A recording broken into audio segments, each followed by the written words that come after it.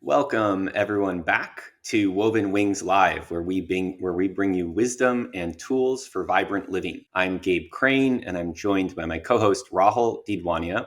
And if you enjoy listening to us, please share with a friend or leave us a review wherever you listen to podcasts. You can also join our newsletter, which is linked in the show description. Follow along on the journey. And our episode today is going to be a fun one. The title of it is The Fun Habit: Pursuing Joy and Wonder. And our guest today is organizational psychologist and fun expert, Dr. Mike Rucker.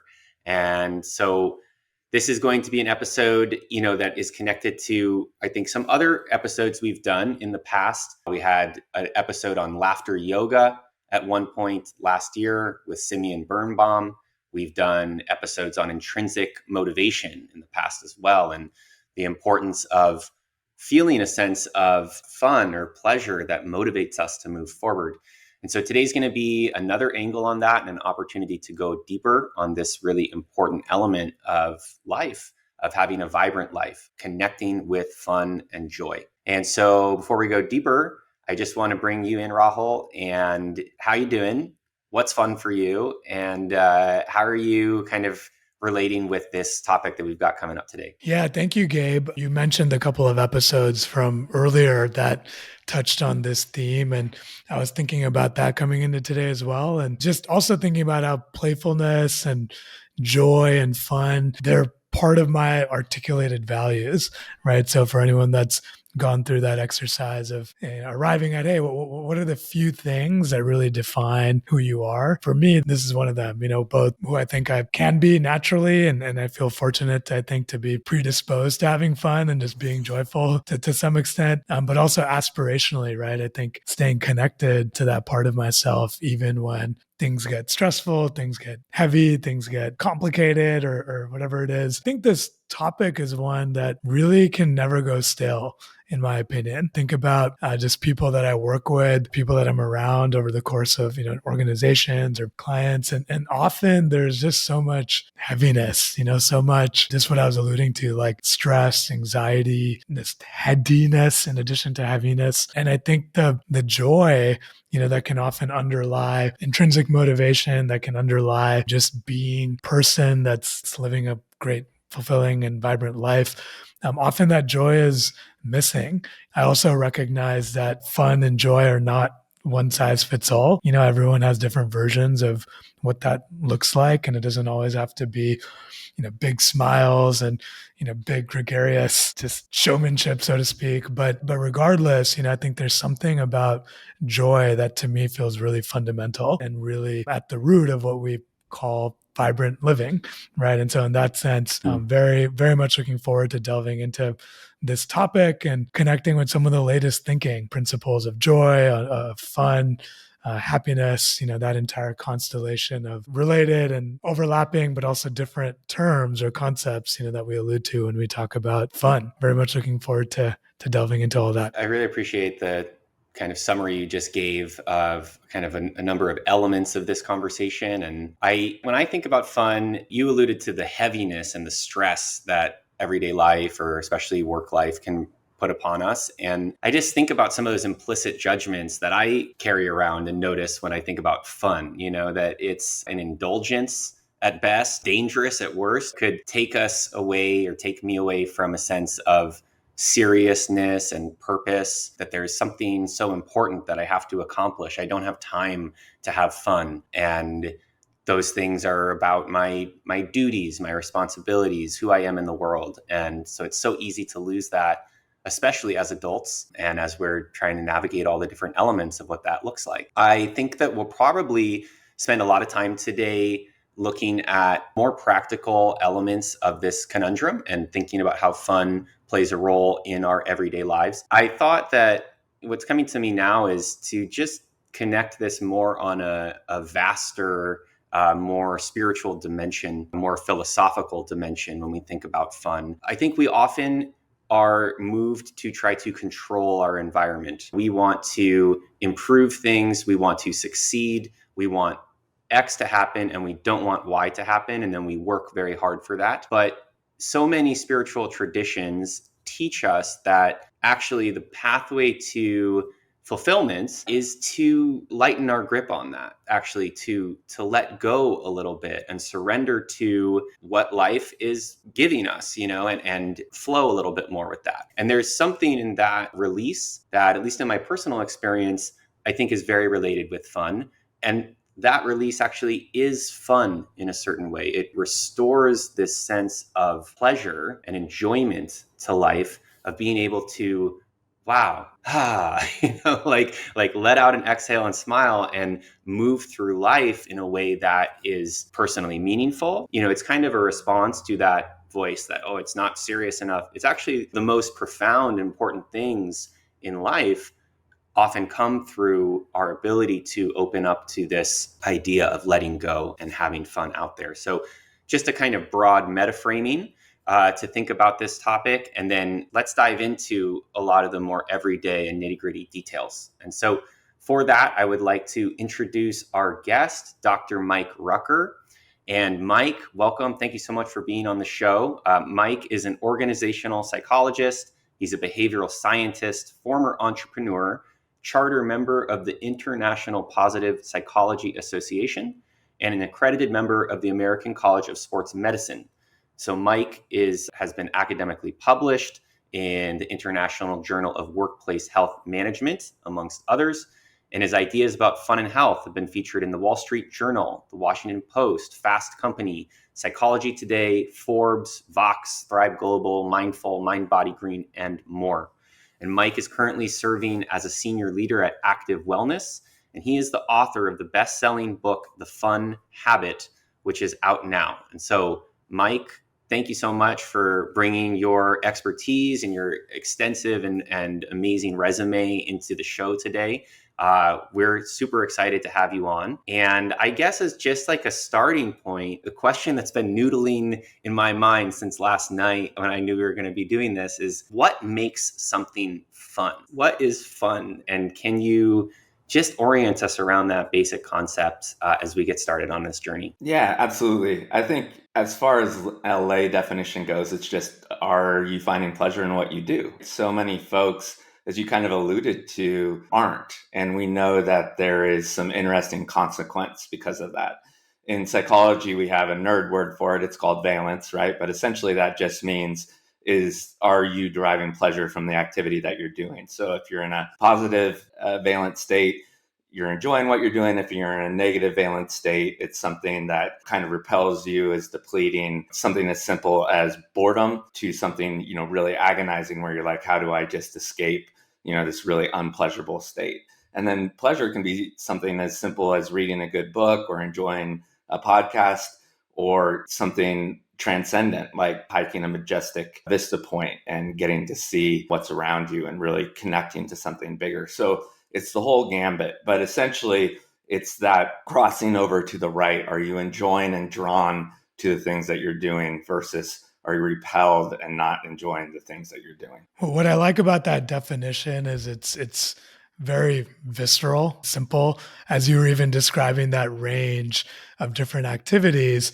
I was feeling some of the pleasure that I get from reading a book, or just, this weekend I was in Carmel and just in this beautiful sunset view, across the ocean. And there was a pleasure, that was associated with this being there. And so building on this and continuing to just lay some foundation, what is the premise of the fun habit, and what is the role that this idea of fun plays in living a healthy, purposeful, fulfilled, and sustainable life? So it's clear, especially in the modern era, that a lot of us are fun starved. And so there are a lot of reasons for that. And I'm sure we'll get into the ones that you find are important. But what we found is that as adults, especially in this world where so much information is coming at us all the time, and certainly there's a level of complexity that didn't exist in previous eras, a lot of folks just aren't enjoying themselves, whether that be at work, whether that be because leisure has sort of been eroded, especially with regards to, the North American lifestyle. A stat that's often cited is the fact that the US is second to last with regards to giving PTO. We give on average 2 weeks off per year for 1 year's worth of work. There's only one country worse than us, Micronesia, that gives 9 on average. There's a leisure problem. There's a fact that folks just aren't enjoying themselves. There's a fact, this parity issue where sort of there's this economic elite that's really extrapolating value out of other people's productivity and kind of selling them this bill of goods that they're doing something for a purpose when really they're giving up a lot of family time and things that they enjoy so they can make other folks rich.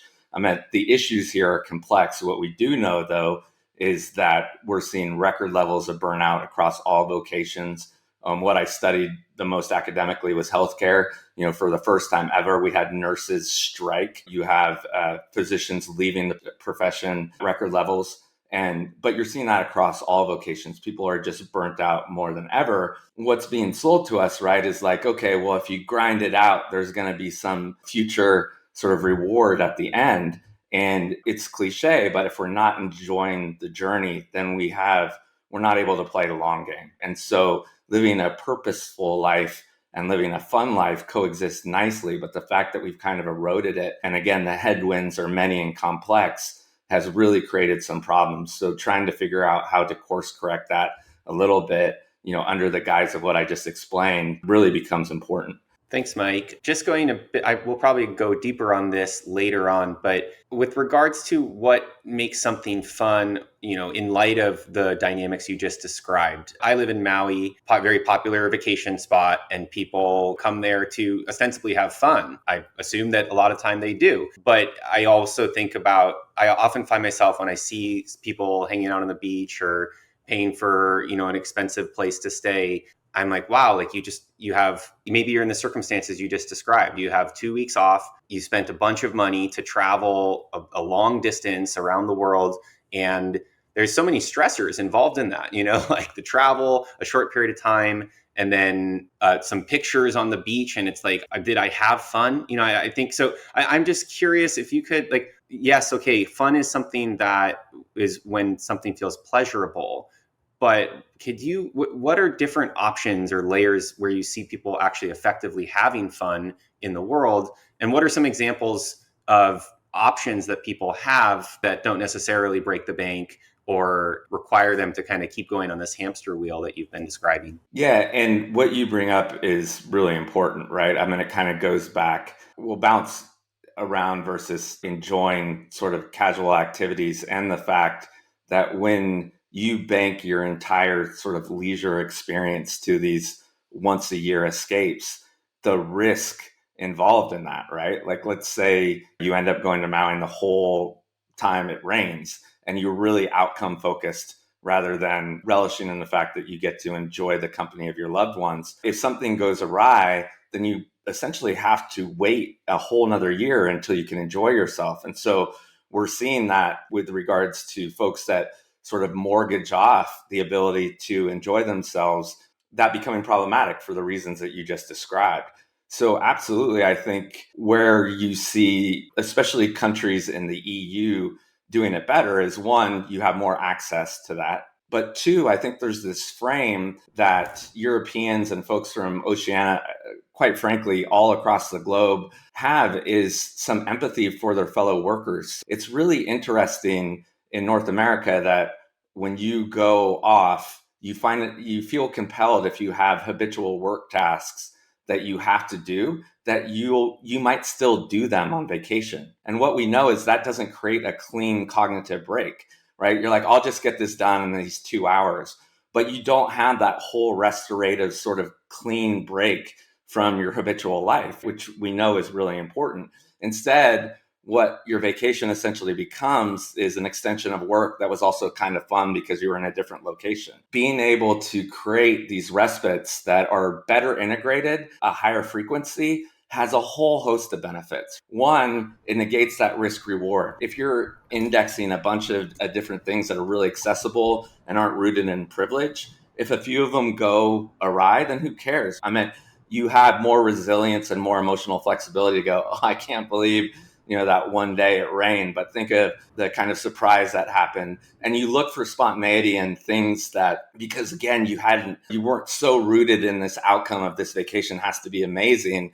You can take a different approach to it. Like, oh, that was a crazy, remember when we got chased by the rain and then we had to, escape it. So we went in this restaurant we didn't expect to go, and how fun that particular event was. You just see that happening more because, again, you're not focused on the outcome. You're focused on sort of the adventure of life. But also what becomes important is we know when we index those fond memories, we know we have more agency and autonomy to control them. When we do them so episodically, again, most Americans doing it once a year, we start to lose the fact that we're in control, that we actually have more agency and autonomy over how we spend our time than we tend to lend ourselves to believe.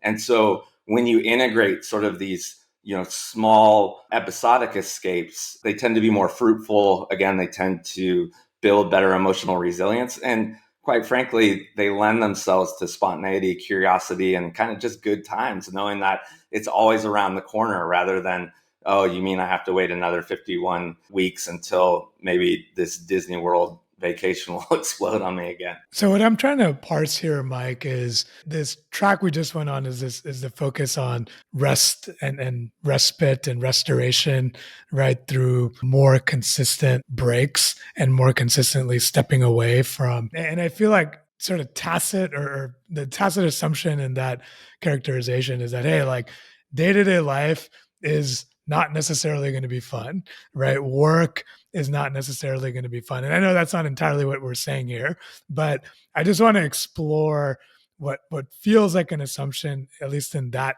particular part of the equation, right? Around more frequent vacation, and try to understand better, like, what role does fun play in day-to-day life, right? Not just in anticipation of a break, but how do we integrate fun, or what role does it play in our day-to-day lives, right? Yeah, And what would absolutely. And I think we were using that to juxtapose sort of, some of the issues with what we call leisure, right? Just to define that construct.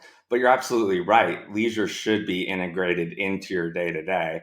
And fun doesn't necessarily need to pair with leisure. You can have fun at work, but leisure becomes important in context because generally you have more control over how you can spend your leisure time, right? And so the way I like to frame it is, in the 90s, especially for A types, we were celebrating sleep deprivation, right? You had the Gary Vaynerchuk's of the world saying, hey, if you want to have a side hustle, put the kids to bed and work till 2 a.m. And now even the most staunch sort of productivity gurus know that sleep's important, right? So you just wouldn't hear that advice. And we're learning the same now about being able to spin down from productivity. And so figuring out what are clear transition rituals from what you feel is productive to finding ways to enjoy yourself after that becomes important. And so the scientific principle behind that is called the hedonic flexibility principle. We don't have to geek out on the science. Anyone that wants to can Google it. But sort of the summary notes of that is we know the folks that are able to do that, paradoxically, are the most productive people. Because the same thing like sleep, if you were only getting 4 hours, yes, for a couple of weeks, you could be more productive. And you might think like, wow, I'm living a purposeful life. But ultimately, you're going to fall down, you're going to succumb to depression, and you're not going to be productive, right? Because you were living in a sleep deficit. And we know that comes with psychological and physiological problems. And we're learning the same now about living a fun, starved life. You want to start with leisure because you have control over how you can spend that time. But a lot of us aren't, especially what we call folks living in the sandwich generation that are taking care of parents and children. They're some of the most time-deprived folks ever. But yet they still have a lot more control over their time than they believe when you look at time use studies and things like that. But also we know, so getting to your original question, that there is a component of intrinsic motivation that is aligned with pleasure. And so I like Angela Duckworth's work on grit and this idea that sometimes episodically, maybe you shouldn't enjoy something to get through the hard stuff. But we know with regards to the long game, if we're looking at longitudinal effects of folks that are living not just a productive life, but a good life, those are folks that enjoy what they're doing because that's what gives you the vigor to show up the next day, because you're like, I like the people I'm with, I like the environment I'm doing it, and I like the activities that I'm doing. Ultimately, if one of those or more are amiss, you are going to abandon that activity. And again, that's why I, bring up certain vocations, because you're seeing that now.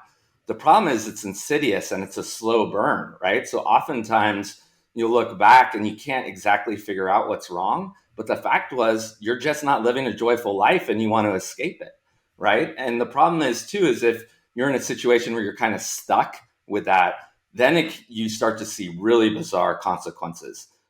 Things like alcoholism and things more dire, like suicide rates going up. I don't want to go into a dark place, but those are real things, right? Of folks that don't find joy in life. Going back to kind of the original question I asked you, Mike, and about what is fun, and your response that, it's the experience of pleasure and this idea of valence. I think it'd be helpful in light of what you just shared to color this notion of pleasure in more for all of us. I think the conversation tracks it, right? You mentioned pleasure and I was instantly like, oh, right, vacations in Maui, right? But pleasure, if I make it much more granular and put it in the day to day, it's an experience, an internal experience that I have in relationship to like eating a yummy piece of food, or even simple things like brushing my teeth. Or I guess people might have different relationships with it, right? But the just process of moving myself through my day can have these tiny bursts that are, more or less sensible or trackable as pleasure, especially in light of what you were naming around some of the insidiousness of our economic system and the fact that people end up in situations doing these jobs and activities that they don't find pleasure in. How can we actually understand what pleasure is more and what it feels like, and how to experience it or conjure it in the present moment, the dull and shitty present moment? It's part of my language, but yeah, maybe you could just help us understand that a little bit more. Yeah, I mean, ultimately it's rooted in mindfulness, right? And so, kind of the first step is, how do you spend your time, right? There's only 168 hours in a week. And oftentimes just starting there, because so many of us have habituated our time. As a generality, most of our week, about 80% repeats itself. And when you share that statistic, people are like, no way. And then they'll actually look back at their week and be, oh, holy cow, like, maybe a couple of those things switched around with regards to when they happen, but generally, about 80% of your activities repeat. And so different tools depending on where you're at, but just one, being aware of what you're doing. And then two, if you're really not finding joy in any of those things, trying to unpack why that is. Is it a mindset issue that just you've kind of been mind wandering throughout your week because you're not connected to the things that you're doing? And is there a way to simply just change that? Like, oh, I'm going to be more mindful about that dessert I eat instead of shoving it down my throat. I'm going to actually remind myself that I like chocolate and that this is a treat and something that I should enjoy. For others, it's just reframing what fun is, right? I really lean on the work of Jeannie Tsai out of Stanford on this, but one of the problems is that we've been marketed high arousal fun for so long that if we enjoy something like brushing our teeth, but more often it's things like gardening or reading a book or just being on the beach and enjoying the noise, of the incoming waves, even though that's just as pleasurable to someone that might love a rock concert, these folks will have this internal identity definition of like, I'm not a fun person because that's not what's been fed to me, right? And so reframing that, like, actually, you are absolutely living a fun life and you should relish those experiences because, again, through our definition of fun, right, they're filling you up. You're drawn to them and you find them pleasurable. Up to the extent that it's helpful, why not do it? And so similar to sleep and how we were kind of saying that needed a course correction in the 90s, it's not about living a fun life all the time, right? That's certainly not the prescription. Then we're getting into the realm of escapism, right? But the problem is that so many of us aren't enjoying the time that we have, especially in adulthood, that reclaiming some of the things that you're doing, whether that's a reframe or realizing I just don't want to do this anymore. And so how can I change my circumstance, becomes an imperative ultimately, so that you can kind of get out of that downward spiral that so many of us find ourselves in and create an upward spiral. Because what happens, even if we're looking at maybe 2 to 3 hours in your week, where you're like, I do have the agency and autonomy to change my circumstance in these moments and reclaim that time for yourself. When you check back in the next week, you realize like, holy cow, I feel better. I actually have more energy to do the things that maybe I don't want to do. And then it becomes infectious, right? Then you can start to get this rebalance, this recalibration of like, wait, okay, I do want to live a joyful life, up to an extent. And let's figure out how to make that happen. I'm connecting with what you're saying, Mike, on a few different levels, right? I think with what you just said, and I think about even in our work as coaches, a lot of what we sometimes do is like get someone to experience what brings them joy, what they have fun doing, what makes them feel alive in the smallest dose possible, right? Whatever is available to them. Because often the narrative is, hey, I'm too busy, right? How am I going to take out time to add a new habit or to read or to go for a walk? Oh, I got kids, I got parents. You mentioned sandwich generation, I have work. I'm tired. I'm trying to work out. And it's interesting because that little nugget of something that is coming from within, right? That's really producing that pleasure that we're alluding to can often set off a much larger and deeper transformation process, over time. The other thing that you mentioned on the other side of it that I was really pondering a lot over the last few minutes is this idea of fun being sometimes never ending, right? Or a never ending pursuit. And you alluded to escapism, right? And it got me thinking even recently, so for many years, I've really enjoyed going to music festivals. And last year, there was sort of a feeling or decision of, okay, maybe, that chapter is done, maybe we'll dabble in it, but generally, to think it's been a good run. And then very recently, it's been coming up again. It's this desire of like, oh man, I really want to go do this thing, really being drawn to something external that's the generator of fun. And on the flip side, I've also been noticing my deeper connection with my day-to-day life, right? And you mentioned just analyzing the 168 hours. And somebody I was talking to recently, I was like, hey, look, I have work that is directionally, fulfilling to me, even if not every minute of it is.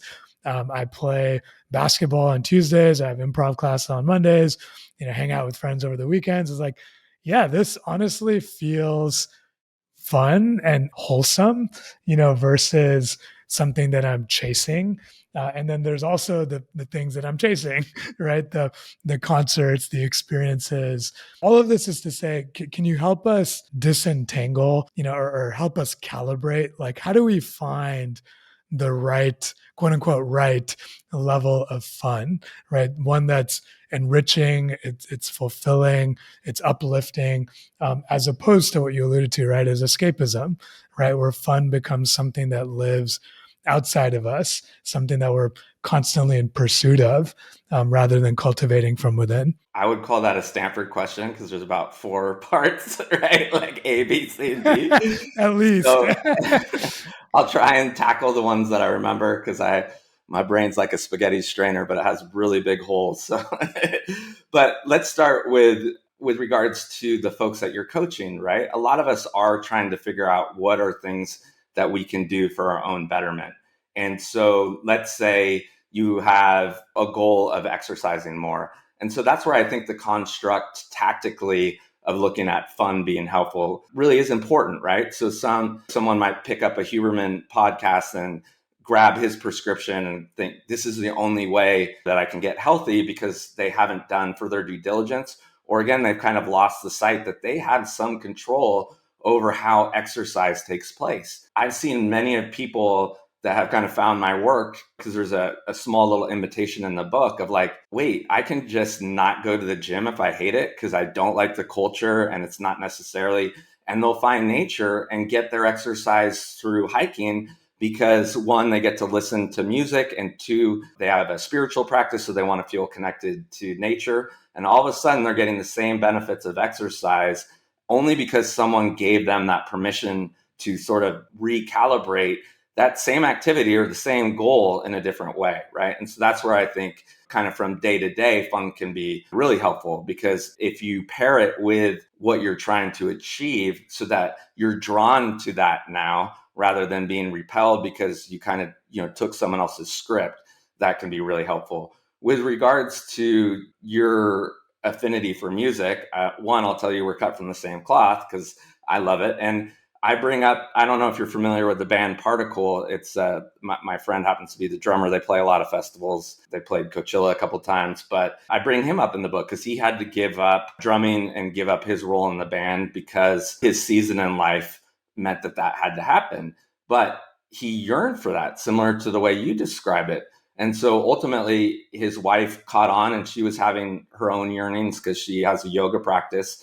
And so they came to an agreement through partnership to figure out how they could support each other so that this was integrated back in their life in a healthy way, so that episodically they were getting these moments that they really enjoy. And the fact that they came sparsely, right? This whole behavioral science idea of the variable reward, they were even more meaningful because they got to look forward to them, but they knew that they were coming, right? So again, you're sort of escaping this outcome focus because they're there when you want them, but they're also integrated into your life in a way that's healthy, rather than someone that's going from festival to festival because they have a trust fund and they're trying to escape reality. I hope that answers your question. If I left out part C, let me know and we'll circle back.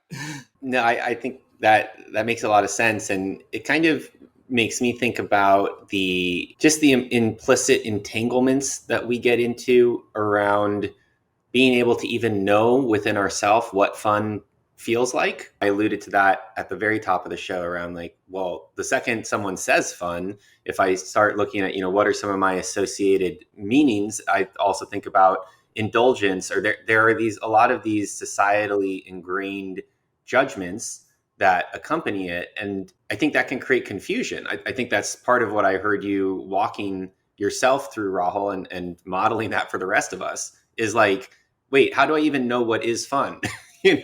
And how can I trust myself that this fun is a good fun to pursue and it's safe to do or whatever? And how do I know that it's not these other messages we collectively generate through society around being responsible or not veering off like a safe and beaten path? So could you, what can we do about that? I mean, how can we actually locate our own felt sense of fun and develop a trust along the lines of what you're describing here, Mike, to let ourselves open up to the experience of fun, whether it's in a big moment or in the tiny day-to-days we've been discussing? Yeah, so I would start first, giving yourself some grace, right? Because it's certainly we've been socially conditioned. For each person, it might have a different slant, right? But, we've been raised to believe that time is equated to money. And so somehow if we're sort of wasting time, literally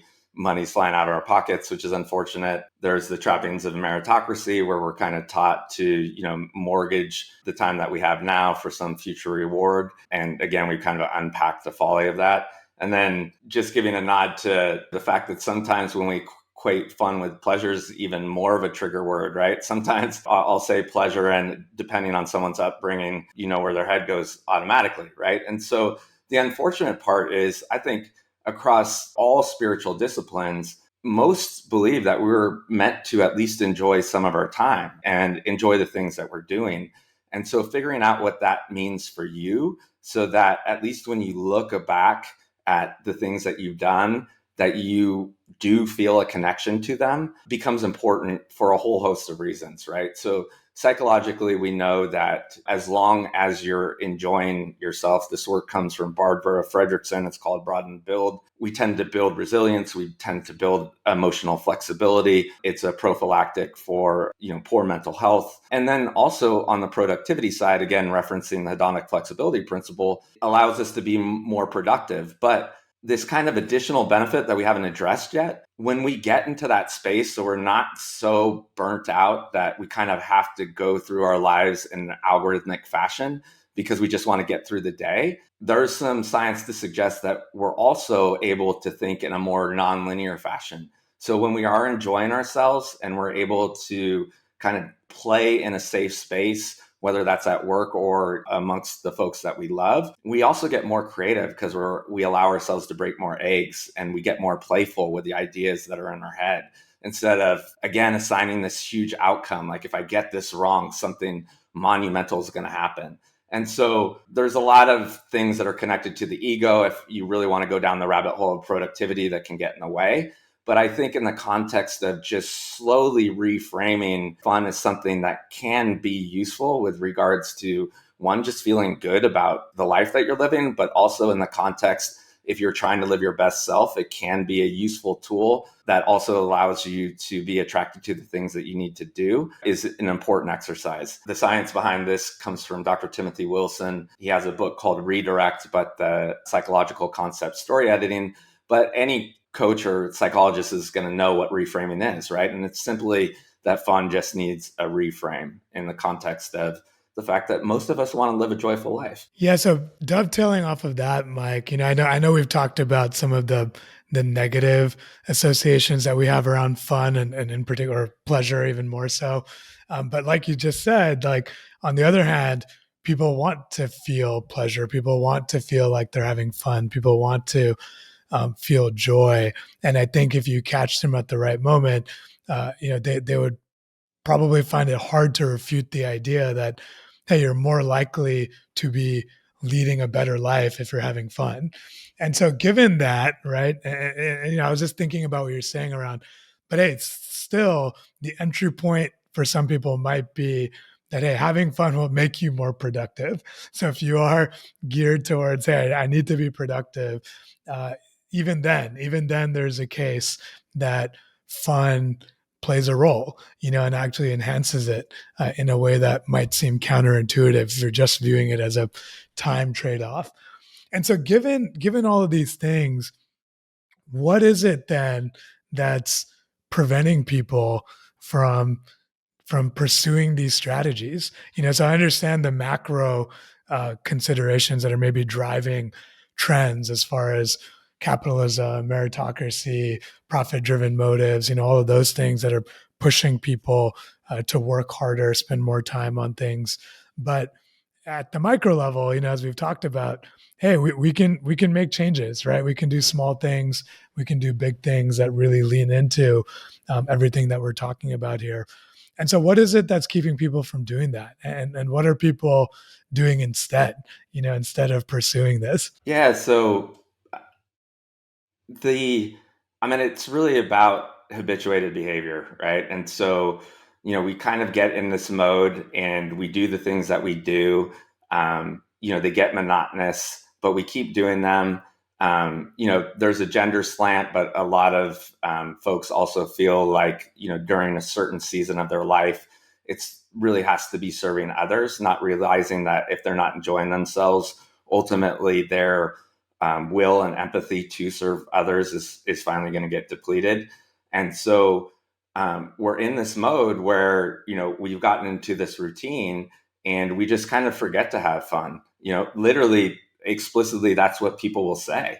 And so figuring out how to just get that sort of subtle nudge, right, back into the fact that, hey, almost immediately you can change your circumstance becomes, imperative. And I kind of remember part C and part D now of your previous question. But part C was, that's absolutely right. It's like, how do you get this taste, right? And so to answer part C and D, I'm going to reference Dr. Cassie Holmes from UCLA. She has an amazing book herself called Happier Hour. And so she simply set people off on their weekend, right? Because weekends really are meant to be a respite for most people. Hey, just think about your weekend as a vacation. No other prime, right? There wasn't like, hey, you need to do this, or I'm going to give you money. Like, it was just a mindset. Like, remind yourself that your 5 days of work life are over, and go into your weekend knowing that this is your little vacation, right? And so what she found was just that prime, right? Just that sort of reframing of like, oh, wait, I can, spend Saturday and Sunday the way I want to, had a huge benefit. And so habitually, behavior didn't really change that much, right? If you still had to mow the lawn, most people still did that. But just being mindful of like, oh yeah, this is my time and I can spend it how I want. reconnecting with your loved ones instead of just kind of, meandering through dinner, looking at your phone, like being reminded of the benefits of pro-social behavior, being reminded that, hey, if you want to actually go out to dinner that night, that, again, if you have those means, that's something that you can do. All of these folks, a significant amount of folks within that study came back Monday a lot happier, right? And not only happier with regards to how they had spent their time, but attacked Monday, again, backing up the hedonic flexibility principle, with a lot more vigor and vitality. And so kind of tackled the Monday workday better than they felt they had the week before. So that's kind of a simple step. And again, something as simple as a mental prime, right? She had another study, because you kind of asked, like, what is the sweet spot? And her, and I believe, I don't want to misname the other researcher, but they looked at, kind of what is the Goldilocks, and about 2 to 5 hours each day is, where you want to find that control. After 5 hours, then they found people started to, really get in their heads about, like, oh, I've had more than 5 hours of fun today. Like, maybe I'm not being as productive as I should. But the folks that couldn't say that at least 2 hours of their day were enjoyable were the ones that were, really showing poor mental hygiene, really didn't look forward to the next day happening, tended to have all these sort of negative consequences. So, that 2 to 5 hour range is a sweet spot. That was the missing component of your question. So thanks for letting me circle back. I'm glad we get a proper hour to have these conversations, because now that we're, 45 minutes in, I'm noticing some other elements to the experience and the topic that weren't there for me at the top of the hour. And what I'm noticing is that, okay, as soon as I start talking about fun and pleasure, there is there's kind of a movement to kind of being up, to being, fun is fun, a thumbs up, big smile, and, now I'm enjoying myself, which is great. But then at a certain point, like I get tired, that doesn't feel authentic anymore to be, to be happy like that. It feels burdensome, actually, to have to kind of put on a face and smile, and it feels like, actually, it starts to feel like work to ensure that I am having fun. And so it's making me think about balance. And we talk a lot about, vibrant living on this show. And part of that, I think we circle often to, is authenticity, being effectively, truly connected with where you're actually at. And I know that, in the lead up to the show, Mike, we talked some about the distinction between happiness, or that sense of being always on, versus something that's more holistic and fulfilling. We've called it joy so far, I think. Can you help us unpack this? I think this is related to this notion of toxic positivity. If we sometimes unconsciously kind of get fixed into, again, something more performative than actually fun, around projecting, I don't know, some sense of, our fun just gets co-opted into that same productivity machine. So I'm kind of noticing that. So I'm giving myself permission here, at the 3/4 hour, to be like, well, who cares about all that, and be present. But can you kind of walk us through that, and how we might encounter that, and how we can get past that barrier? Yeah, so I love this. Well, first of all, let me share gratitude for being authentic, because I think for me, it's been interesting too. I get lumped in with a lot of folks that study play, and these folks are very vibrant. They were attracted to that discipline because they're always on, right? Coaches that use like Lego Serious Play, and actually a lot of them are my friends. Gary Ware is this amazing guy, again, goes to improv class, and, but these folks have so much energy, and that's not me, right? I'm kind of a nerd that likes to read a lot, right? And so I'm with you. Like, it's not about always being on, or again, going back to Jeannie Tsai's work, right? This idea that I have to make Instagram live videos all the time where I'm doing jumping jacks and like promoting, some, vicarious lifestyle. That's not really what my jam is, right? It's more about the fact that a lot of us are kind of fun starved. And because of that, interesting consequences are happening, right? And so, but to answer your question, I mean, it's about your preferences, right? So valence is going to be fairly universal. Like, are we attracted to what we're doing and does it light us up, right? But the way that's experienced through, you know, an emotional response that's going to be unique to each individual, and also the arousal that you need to feel, right?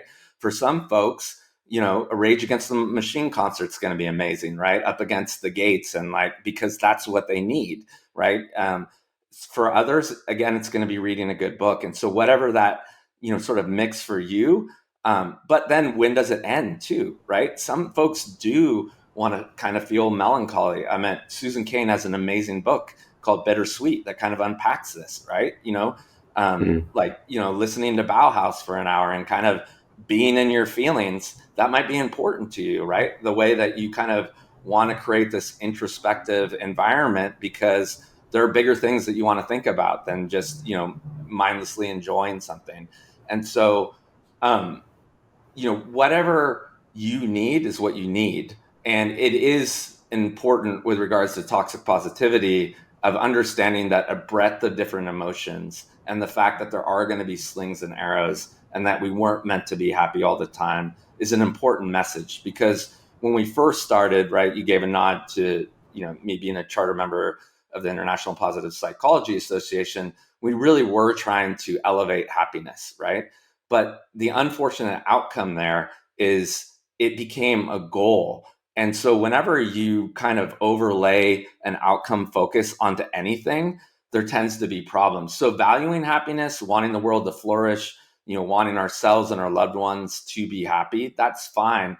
But this idea that happiness is a goal, paradoxically, has created some of the most unhappy people. And that's not just conjecture. I know I've rattled off, you know, a ton of, probably too much science already, but there's a lot of studies. Anyone that does want to go down that rabbit hole, Iris Mouse out of University of California, Berkeley, has done a lot of work in this area that shows that, you know, the fact that over the last couple of decades, especially here in the West, we've overemphasized this kind of good vibes only mentality has caused a lot of problems. Because, you know, if that's not the environment you're in, or you're going through immense change, you know, in the book I unpacked, you know, the bereavement of my brother, and you're told to have Pollyanna glasses and not sort of, you know, unpack your trauma, ultimately your subconscious is going to do, you know, interesting things. We don't completely understand it, but the limbic system starts to go awry, and there are huge, you know, psychological and physiological consequences that happen to some people.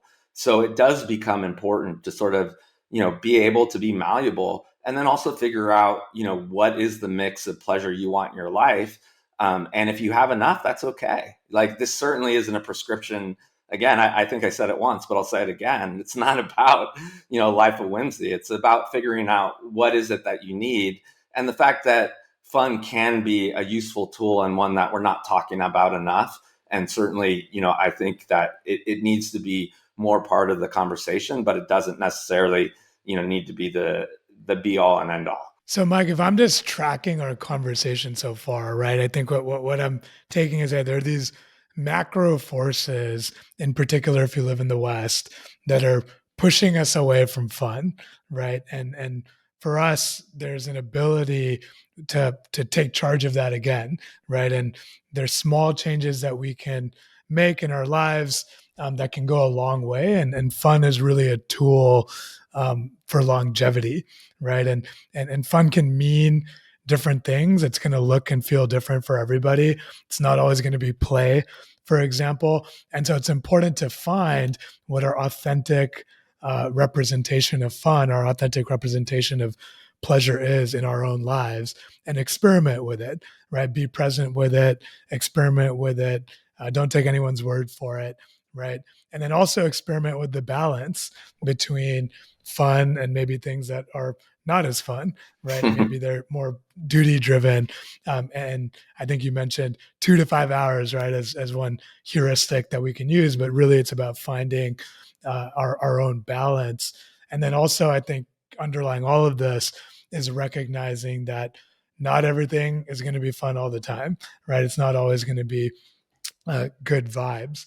So those are sort of the points that I've been tracking, and I was using that then to just mapping it to my own life, right? And you alluded to this idea of, hey, you might have enough fun in your life. And I was thinking about it and I was like, yeah, like I really do think that I do, at least by any, objective or external observation, looking down into my own life. I'm like, yeah, I feel really good about the balance. So I was like, what is my edge, right, in this whole equation? And the thing that was coming up for me, and it likens back to some things we've already talked about, is sometimes I think it's some version of just not always being present in the fun, right? Like even if I'm doing something that's enjoyable, whether it's independent, it's out doing something obviously fun, hanging out with friends, blah blah blah, or even doing something fun that's work related, right? Learning about something that I'm interested in, having conversations like this, having a fulfilling client engagement. And what can sometimes take away from that is getting caught in thinking about what's next, right? Or the opportunity cost of that time. Or, something that I know Gabe has heard me talk about a lot is like not feeling like I'm moving quickly enough or doing enough, and these are some feelings or the voice of the inner critic, maybe you call it, right, that take away from being grounded in what I would consider to be a very balanced, fun filled life. And so I'm curious if you could just comment on that equation and maybe share some advice, right, on what can I do to really be rooted in what I consider to be a fun filled life. No, well, I mean, first of all, that's amazing, right? So I think anyone that is in a place like yourself, some of the work might be, kind of playing with the memento mori, right? Like, okay, I've really got it dialed in. So what is it that I want my legacy to be? And what are the memories that are going to really serve me so that when I look back at my life, I'm going to be like, yes, I'm just glad that I did that, right? And so it's a subtle nuance that might help you make the right choices of like um, you know choosing one music festival over the other. With regards to being mindful, it's just to meditation tends to help with that, but trying not to kind of live in the future too much. I mean, ultimately, like all of us, we have the monkey mind, right? I mean, I think all of us, to some extent, at least on this call, right, have a practice where we're trying to calm that down, but to get rid of that altogether, at least from what I've been told, and the folks that are my mentors, Michael Gervais is the one that's really, I'm not sure if that name means anything, but he's taught a lot of people about mindfulness. And so, one of the takeaways he gave me is that the more you try to suppress that, right, the more it's going to get louder. So if you're in your head and you're like, oh, there's that voice again, right, and you're trying to shut him up, then it's going to get louder. But to the extent, you're there again, this is a little bit inconvenient, I'd, much rather steer my focus towards, the company that I'm with, the sharing of oxytocin and these folks that I don't get to see all the time. Even if that's your family, right? Because I, only get to see my kids maybe 20 hours out of the week because of, school activities and work and things of that nature. And so really relishing and cherishing and having gratitude for those moments tends to be helpful with regards to putting your mind back into that present moment, and really cherishing those moments that you have. And then I think, understanding this idea of time affluence. So if I really get stuck, the finality of time, right? It's the only resource we can't make more of. If we want to be more productive, if we want to make more money, there are generally mechanisms that most of us have access to increase those resources, right? If you really want more money, you can, again, trade time for money and jump in and, become an Uber driver or whatever it is. But with regards to the time that we have, that's all that we have. We don't know how much we have, but whatever we have is all we have, right? And so making sure, again, that you can use that as a catalyst to really be grounded in those experiences so that you're not wasting that time, in some magic land that's not a real thing. That's really you just trying to influence, this, mass hallucination that we're all in if we're thinking about the future, right? Then hopefully that's helpful. But again, the problem is that if in the moment we start to argue with that voice for whatever reason, for most people, they find it gets louder. So I generally invite it. Oh, you're there again. This is a nuisance. I'd really much rather be here with my friends.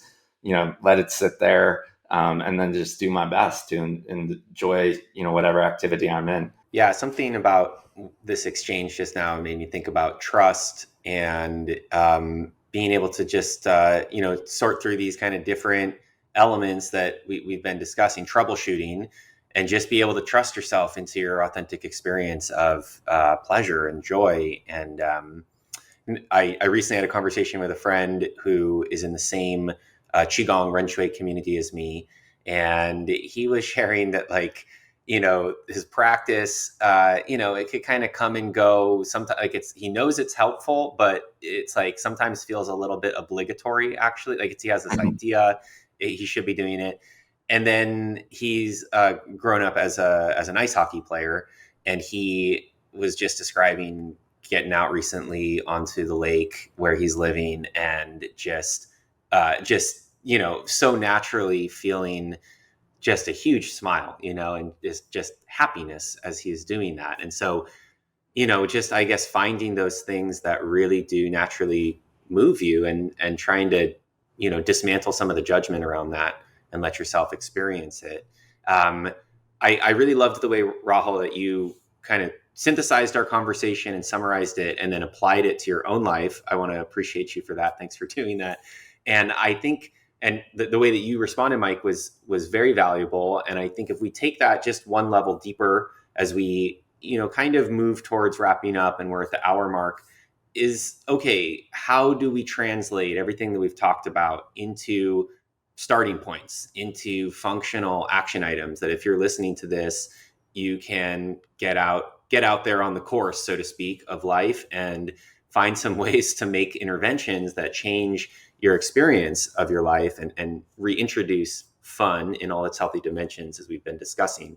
So I'm wondering, Mike, if you can take the advice you just gave to Rahul and maybe wind it back to folks who are maybe more fun starved than Rahul described, and just walk us through, okay, so what can we do? How do I get on the starting blocks and back out into the water? Yeah, absolutely. And Rahul, I want to share my gratitude too, because that was spot on. Clearly, I don't know why you think you have a problem being present, because there's no way that you could synthesize and spit out so eloquently that much information if you're not listening and in this moment. So I do appreciate you.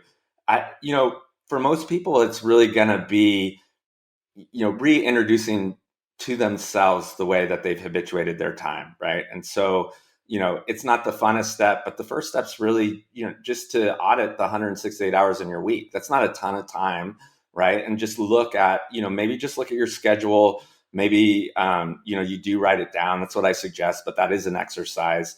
And then, figure out what are the things that are filling you up. What are the day-to-day things that you want to keep doing? Are you integrating sort of big opportunities that, either lead to betterment, lead to some sort of connection, whether that be spiritual or nature or your loved ones? And if there aren't any, asking your question, the question, why is that? And how can you integrate back things into your day-to-day? If you're doing really hard stuff, are there ways to change that circumstance, right? I loved your example of that, your friend that had kind of done this thing in a habitual way and asked, why am I doing this, right? I was working with someone that loved Toastmasters, but loved it because of the group of people that were doing it who had long since left. And they just kept going because that's what you were supposed to do. And I was like, have you ever thought of just stopping and reintegrating something else that might be more enjoyable? And it was just that invitation to do that, right? And then all of a sudden, that exchange now opened up a whole hour for fun. So, what are those things that if you looked at them critically, could you either change the environment that you're doing them? Could you do them a different way? Is there a way to potentially change, the way that you do that with someone else? If you come from a place of privilege, is it something that you should outsource because you've just done it for so long, but there's no reason you should still be doing it, so that you can open up this time for something new? And then I would suggest that if you really are feeling depleted and burnt out, look for the times in your day that you're really just trying to escape that frustration, that boredom, that low level energy with things like social media use, plopping down on the couch and just channel surfing things that you don't care about. I don't villainize watching amazing shows where you're indexing that information, or you're sitting with your partner and you just love that time. But a lot of folks that are finding themselves, not enjoying things at all, will just kind of waste the last 2 hours of their day.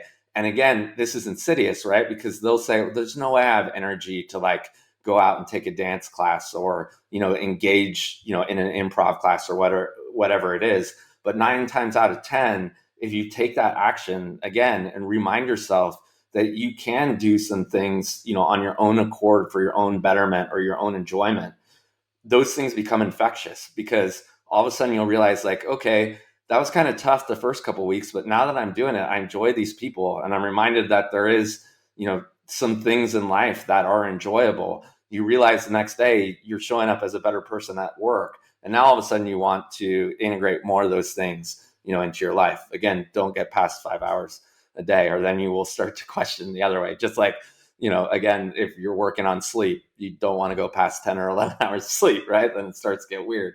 But there's enough of us out there that aren't having fun at all, figuring out these opportunities to change your circumstance, again, by looking at these things critically and making better choices, becomes extremely important. So starting just being mindful, but then looking for those opportunities where you could potentially, swap out what you're doing, or changing the way that you're doing it. There's this concept in the book called activity bundling, and James Clear, who has an amazing book called Atomic Habits, made it really popular. He frames it as habit bundling, but this idea of either pairing, a pleasurable activity in the moment with what you're doing to make it more enjoyable.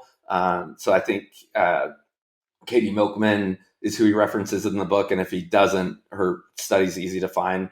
But she found folks who worked out more because they paired working out with their favorite podcast, right? And so they looked forward to listening to the podcast, and then the exercise routine actually became background noise, but now they were doing this cool thing and actually enjoying it, right?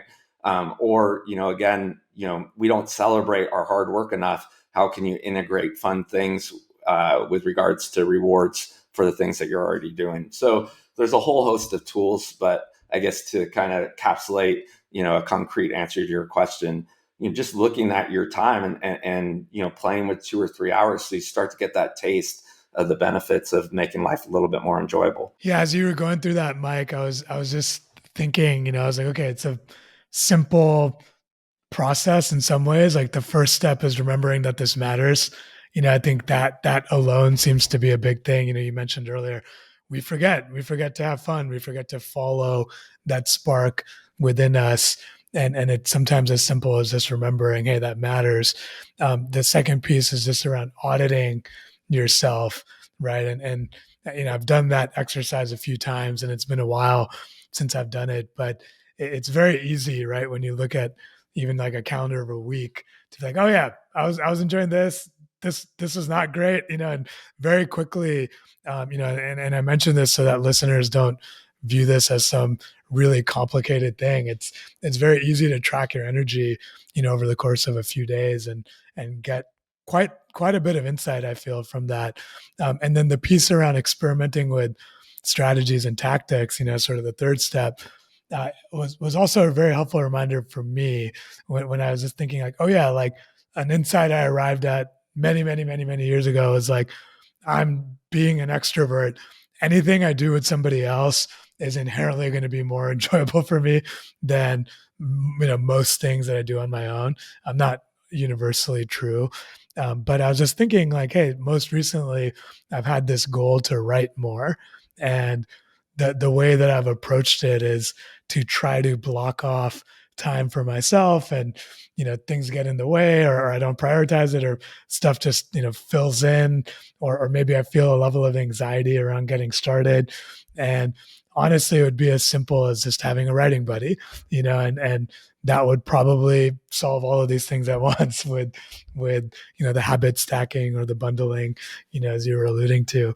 And yeah, so just appreciating these reminders, and I know we've already gone into all sorts of tips and tricks and tactics, but as we wrap here, Mike, I just wanted to turn it back to you one final time to see if you had any final takeaways, for our listeners as we look to wrap up here. Yeah, I think one of the things that where I potentially left a gap is that how important simple pleasures are, right? We've kind of talked about adventure and the idea that, living a life that's a mosaic or a tapestry, whatever metaphor works best for you, um, you know, is important for a whole host of reasons. I didn't want to continue to geek out on the science, but we know that neuroplasticity really comes from having a vibrant, memory bank of different things. And so that curiosity, enjoying, things at different levels, becomes important in context. But what I probably didn't go deep enough in is the fact that simple pleasures are all around us, right? And so, there's this concept called mind wandering, for folks that are familiar with Matthew Killingsworth and Dan Gilbert's work. Like the idea, circling back on some of your fears of, if we're not present, even, finding, small joys in what we do, that really can sort of perpetuate, this idea that life is passing us by, when we live, kind of in the hamster wheel, right? And so where are opportunities for simple pleasures to happen, right? Is it turning on your favorite comedian when you're washing your dishes and being present, right? Like, hey, I'm here, I'm healthy, I'm getting to listen to something that I like. When you're walking, your companion, whether that, you got a dog or you're playing with your kids, like understanding that that's an opportunity to connect with something that, really brings you love instead of coming at it through that sense of duty, right? Like, oh, I've got to walk my dog again, or, my kid, needs childcare and I'm the only one that can provide that. These are all opportunities to, again, feel like we're connected to something because we have the agency and the autonomy to make those moments pleasurable. And so finding that, whatever it means to you, and again, that is going to require experimentation so that you have, these joyful moments indexed throughout your day, is important for all the reasons that we said. And so one last thing would be too, are there opportunities that are kind of right in front of your face that you're not taking advantage of? One of the ones that I think is, again, really accessible to most people, but that we just need that nudge, like, oh yeah, wait a sec, I forgot this is my time, is just reclaiming your lunch hour, right? The fact that it's right there, you can, either, reconnect with a friend over coffee. Again, if you're more of an introvert, take that time to read a book or meditate or whatever it is that's pleasurable for you, being able to then go, back to the second half of your day and crush it. Not only are you now recapturing a whole hour where you can, have a more pleasurable experience than you were, but there's a whole host of productivity research also to suggest the folks that do break up their day are more productive over those 8 hours than they would be if they just grinded it out for 9, right? And so it's those little things too, right? Most of the hour we talked about some of the bigger issues, but just finding those simple pleasures are really accessible. You take baby steps into it so it doesn't feel overwhelming. It's not that vacation in Maui, right? It's right in front of you. And again, you start to create this upward spiral. And the thing is, just give it time, right? It is a slow burn and insidious, when we start to become fun starved. Again, it's not as fast as sleep deprivation, but it has the same consequences. So it's going to work slowly the other way as well, right? I mean, ease into it, but then start to feel all the benefits when you are enjoying your time a little bit more and reminding yourself, that you do have a little bit more control to bias your life towards pleasurable things than you probably gave yourself credit. Mike, awesome. Thank you so much for joining us today. I feel like you just shared such a wealth and breadth of knowledge and insight with us. And I had fun today doing this. But I'm glad you took a break. I like, dude, that was one of the coolest things where you're like, I've had enough. Because again, I have so much empathy for that. I'll be on the speaking circuit with these, Seth Godin types that are just like, and I'm exhausted. I'm like, so I feel you. Right. And I'm glad more people need to hear that, Anyways, so thank you. Yeah. Well, no, I appreciate that. Yeah. And I guess probably I'm a little bit more ambivert, ambivert introvert, I get filled back up through, like you said, going inside and taking that deep breath. And for folks listening to us, if you enjoyed this, which means, if this was in some way fun and pleasurable for you, please share us with a friend. This again is Dr. Mike Rucker. The book is The Fun Habit: How the Pursuit of Joy and Wonder Can Change Your Life. And, maybe you listened to us today while at the gym, or if you didn't, maybe you can stack that if you enjoy this podcast with something that's fun for you, whether it's out in nature or really whatever it is. And so please feel free to share our podcast with a friend. Again, you can like us, subscribe to us, and leave us a review wherever you listen to podcasts. Our newsletter link is listed in the show description, as well as links to Mike's work. And so for everyone out there, I just want to say thank you so much for joining us again for another episode today. And we're just wishing you fun and joyful and purposeful lives. And that's what this show is all about really inspiring us all to have more meaningful and positive experiences and sharing that with one another. And so I wish that to all of you. I know the folks with me here on the call do as well. And we're wishing you the best until we see you next time. So until the next episode, you guys take care, and we will see you out there. Take care. Bye-bye.